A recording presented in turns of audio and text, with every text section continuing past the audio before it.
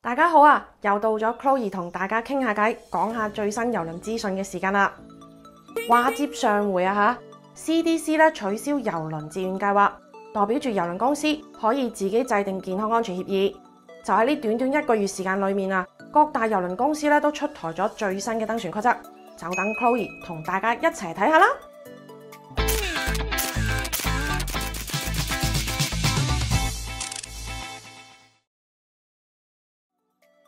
自從 CDC 取消郵輪自願計劃，歐洲航線就出現咗第一批免檢測上船嘅航次啦。7月底嘅時候 ，Viking、Norwegian、Virgin Voyage、Azamara 都相繼宣布取消歐洲航線嘅登船檢測，但係仍然係要求完成疫苗接種。而到咗8月初，主流嘅郵輪公司 Carnival 同埋 Royal Caribbean 亦都企出嚟官宣新政策啦。8月初嘅新政策以航程嘅長短作為一個標準，5晚以內嘅短途航程已經完全接種疫苗嘅乘客就無需要再提交檢測陰性報告啦。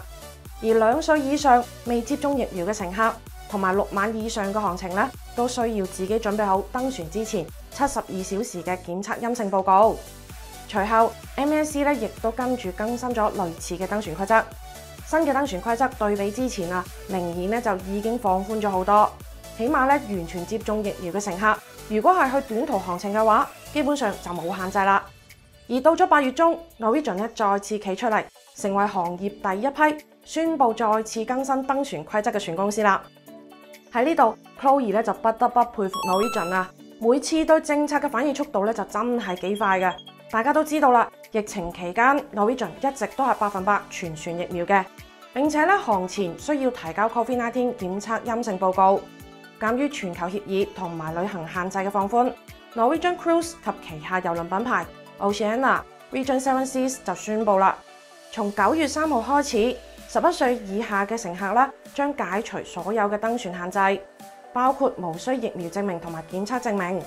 12歲以上乘客如果已經完成咗全程嘅疫苗接種，登船之前將唔再需要再提交檢測報告。如果未接種疫苗，將需要提供豁免證明同埋登船之前72小時內嘅檢測陰性報告。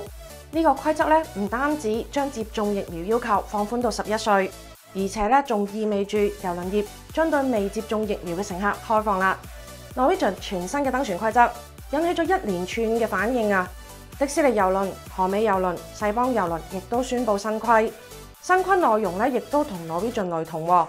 個別嘅郵輪公司會有差異，例如迪士尼郵輪就註明咗11歲以下嘅乘客冇接種疫苗嘅要求啦。但係12歲以上嘅乘客就算完成疫苗接種，但係從美國同埋加拿大出發嘅航程都仲係要提供48小時內嘅檢測陰性報告。而未接種疫苗嘅乘客唔單止要提交登船前嘅檢測，登船當日喺航站樓仲需要再做一次現場嘅檢測，而且唔接受快速抗原檢測喎。而唔到1個月嘅時間，Royal 同埋 Celebrity 就再次宣布放寬限制啦。從9月5號開始，原本嘅5晚航程就放寬到9晚航程。5歲以上未接種疫苗先需要提交72小時嘅檢測報告，10晚以上嘅航程就都需要檢測啦。講完咁多，大家係唔係覺得好複雜呢？其實都唔算好複雜啫。總嘅嚟講，接種疫苗嘅年齡標準就係按歐洲12歲以上，美加就係5歲以上嚟要求嘅。其次就係航程嘅長短天數嚟區分。如果你已經完成咗疫苗接種，咁就簡單好多啦。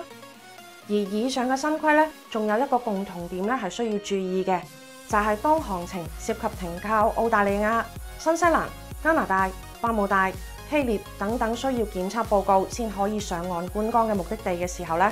就需要遵守返停靠地嘅規則啦。咁呢個時候，大家可能就會問啦，既然要遵守停靠目的地嘅規則，就算郵輪放寬登船規則，都係冇咩太大嘅改變喎，咁都係換湯唔換藥啫。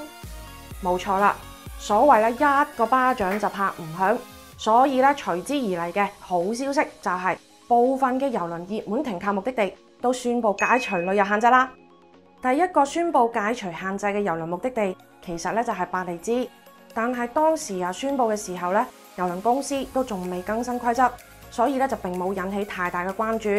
而最近加勒比海地區嘅熱門目的地聖 Kitts 同埋 Nevis 就從8月15號開始，開曼群島就從8月24號開始解除所有嘅旅遊限制，歡迎包括所有接種或者係未接種疫苗嘅旅客咧入境旅遊。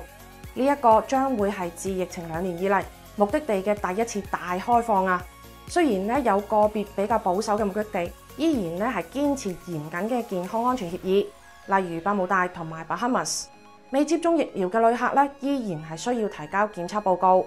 但係已經接種疫苗唔需要檢測，同埋入境嘅時候咧就唔再需要隔離啦。成個旅遊業咧都喺度快速復甦中，而大趨勢咧就係郵輪公司同埋停靠港嘅規則都不斷咁放寬緊。但係喺呢度咧 ，Chloe 都係建議翻大家出門旅遊咧要遵守基本嘅安全規程，勤洗手、勤消毒，保持翻安全嘅社交距離，同埋戴好口罩，咁樣咧就玩得更加安心啦。既然而家郵輪出行方便咗咁多，大家有冇心水嘅目的地呢？如果你對歷史人文特別感興趣嘅話，Chloe 咧就推薦你不妨考慮下去埃及體驗一下唔一樣嘅風景啦。最近呢 Viking 就打算擴大埃及內河郵輪嘅版圖，啱啱宣布咗專門為尼羅河航線設計嘅新船，將會命名為 Viking Osiris。呢艘擁有41間客房，可以容納82位客人嘅新船，將會航行 Viking 係埃及最受歡迎嘅7萬法老王同埋金字塔之旅。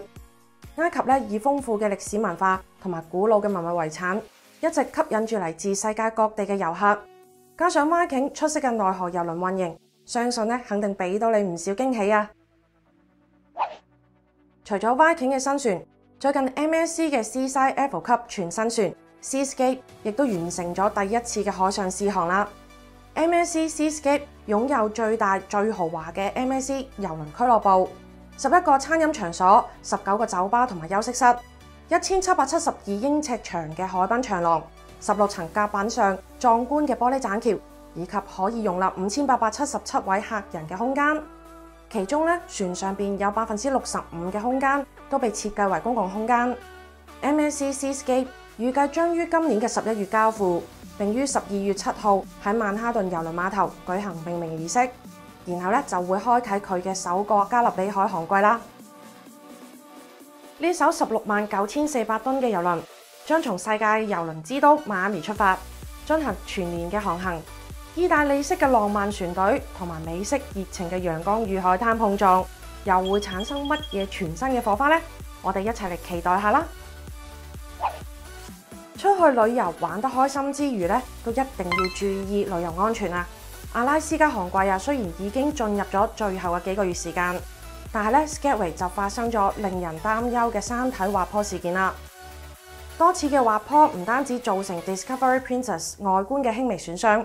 滑坡事件咧仲對 Skagway 唯一可以容納大型郵輪嘅 White Pass 郵輪碼頭造成咗一定程度嘅損害。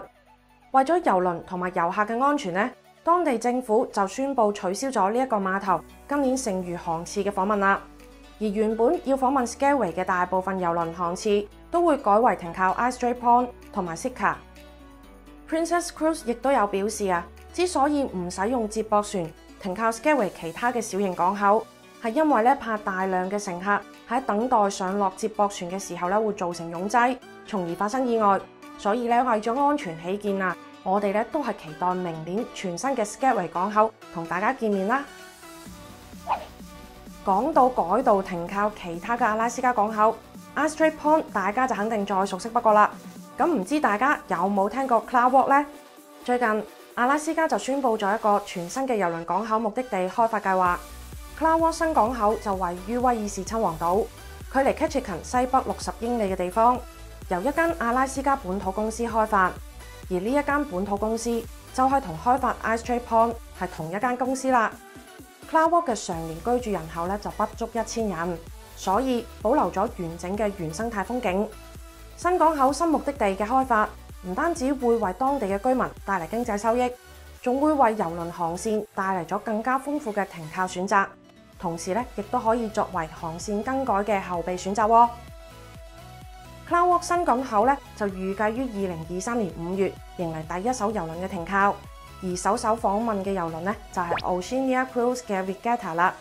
目前呢，2023年預計5到8月將會有4次嘅停靠訪問，有興趣嘗新嘅朋友仔咧就記得留意下啦。好啦，今期嘅一周郵輪快訊話咁快就到呢度啦。同我哋一樣熱衷郵輪旅遊嘅你哋，記得咧就點翻個 like 同埋訂閱我哋嘅頻道啦。你哋嘅點讚同埋評論咧係對我哋最大嘅鼓勵。咁我哋下期再見啦，拜拜。